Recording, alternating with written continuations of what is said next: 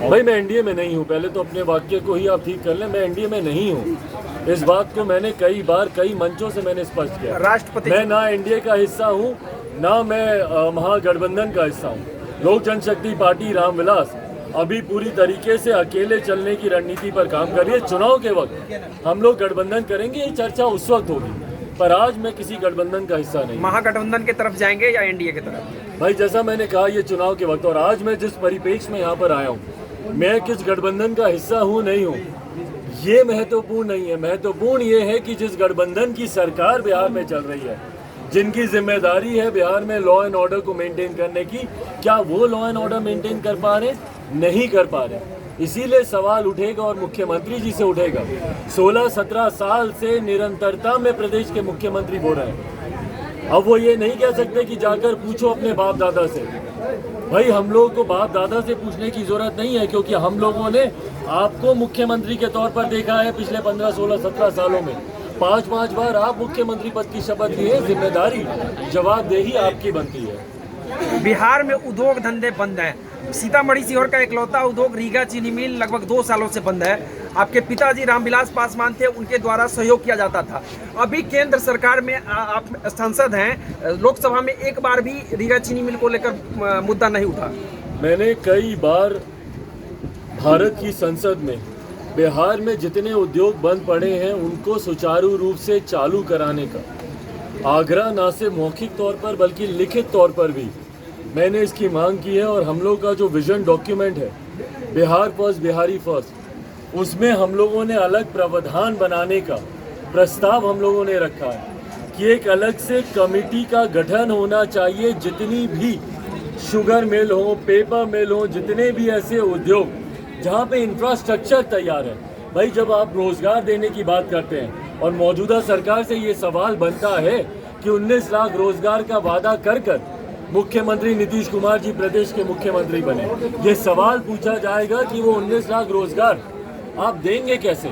और पिछले 1.5 साल में 19 लाख तो क्या 19 लोगों को इन्होंने रोजगार देने में ये सरकार अभी तक कामयाब नहीं रही। और ये रोजगार देने की सबसे इजी तरीका है कि जो उद्योग बंद पड़े हैं उनको चालू कराया जाए, यंग ब्रेन्स को इन्वॉल्व किया जाए, ताकि इस प्रोजेक्ट को कैसे फाइनेंशियली फिजिबल बनाया जा सके, उसके ऊपर एक कमेटी का गठन किया जाए। वो कमेटी अपनी रिपोर्ट बनाकर सरकार को दे और उस रिपोर्ट के आधार पर सरकार जितनी भी बंद पड़ी मिले हैं उनको चालू करवाने का काम करे।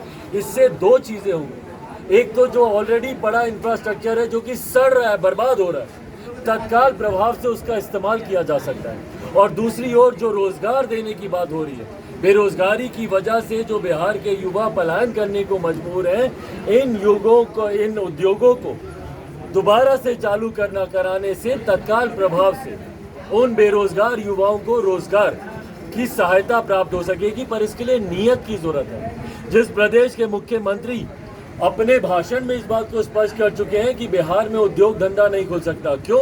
क्योंकि बिहार का भूगोल ऐसा है। जो मुख्यमंत्री पहले ही अपने आप को सरेंडर कर चुके हैं कि बिहार में रोजगार नहीं आ सकता, उद्योग नहीं खुल सकता, और बिहार के भूगोल को वो इसका जिम्मेदार मानते हैं, तो वो प्रयास करेंगे क्या कभी बिहार में उद्योग खुलने की?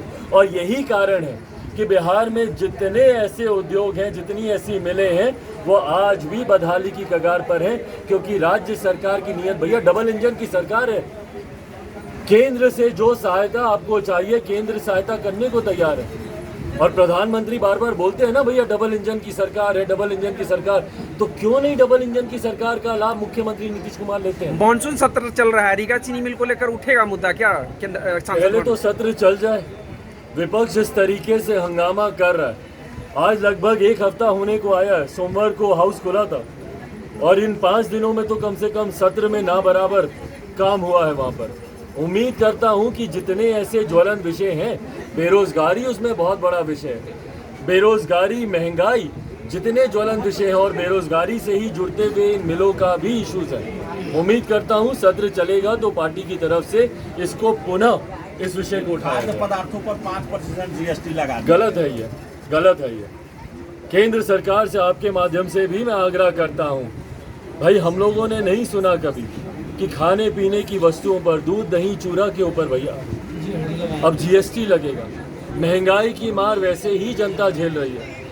जिस तरीके से पेट्रोल डीजल के दाम बढ़ने की वजह से महंगाई चरम सीमा पर है, ट्रांसपोर्टेशन कॉस्ट बढ़ जाती है, रोज़मर्रा की वस्तुएं वैसे ही महंगी हो रही हैं। ऐसे में जो गरीब आदमी का सहारा है, भैया कितने गरीब परिवार ऐसे हैं जो दूध रोटी खाकर अपना गुजारा करते हैं, ऐसे में अगर उस पर भी जीएसटी देना पड़े, मुझे लगता है ये गलत फैसला है। पुनः जीएसटी आयोग को और केंद्र में वित्त मंत्री आदरणीय निर्मला सीतारमण जी को मैं पुनः आग्रह करता हूँ कि गरीबों की चिंता करें, उनका जो सहारा है कम से कम वो सहारा उनसे नहीं छीने। भैया दूध दही इसके ऊपर कौन टैक्स देता है? ये कैसी परंपरा की शुरुआत है महंगाई के इस दौर में?